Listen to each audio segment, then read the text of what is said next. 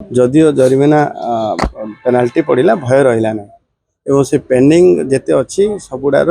OTS हम करवा आवश्यक निहाती दरकार हम सरकार हम विभाग विचार करुचे तुरंत वन टाइम सेटलमेंट करदेबू फार्दर जहाँ पेनाल्टी हम ता सहित सम्मान भी जी सर 1215 कोटी टका बर्तमान सुधा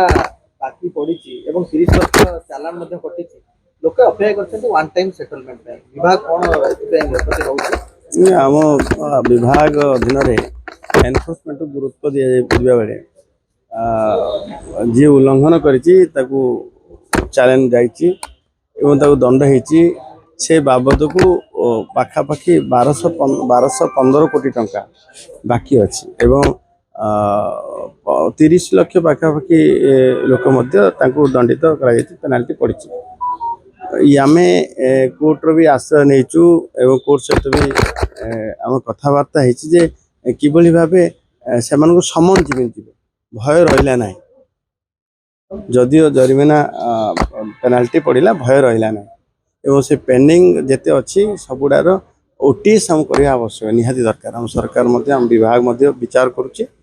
तुरंत वन टाइम सेटलमेंट करदेबू फार्दर जहाँ पेनाल्टी हम ता सहित सम्मान भी जी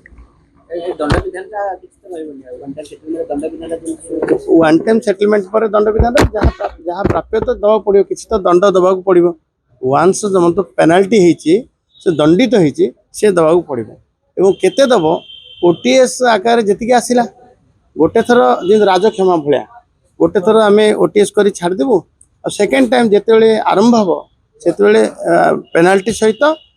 चालान सहित समन भी जीव।